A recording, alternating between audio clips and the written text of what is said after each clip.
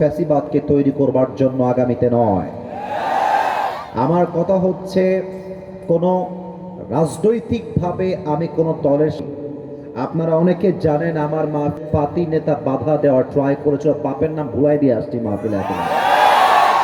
অতএব আমাকে যে বাধা দিবেন হক কথা বলার ক্ষেত্রে কয়েকটা পয়েন্ট মাথায় রাখেন।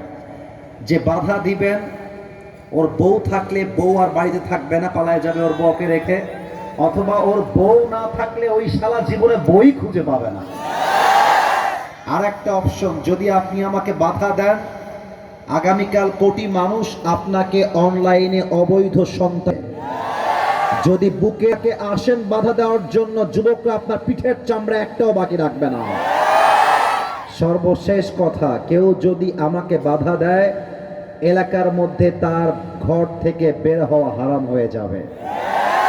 এটা কোরআনের মাহফিল, এখানে আল্লাহর জমিনে আল্লাহর কোরআন দিয়ে আইন চলবে, এই কথা আমরা হুঙ্কার দিয়ে বলবো।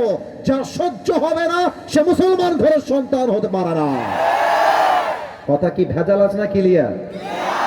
আসুন, যে কথার নিয়ত করেছিলাম ভূমিকায় ঠান্ডা মাথায় বলে দিই, 1 থেকে 3 গুনছি, নিজেকে স্থির করেন।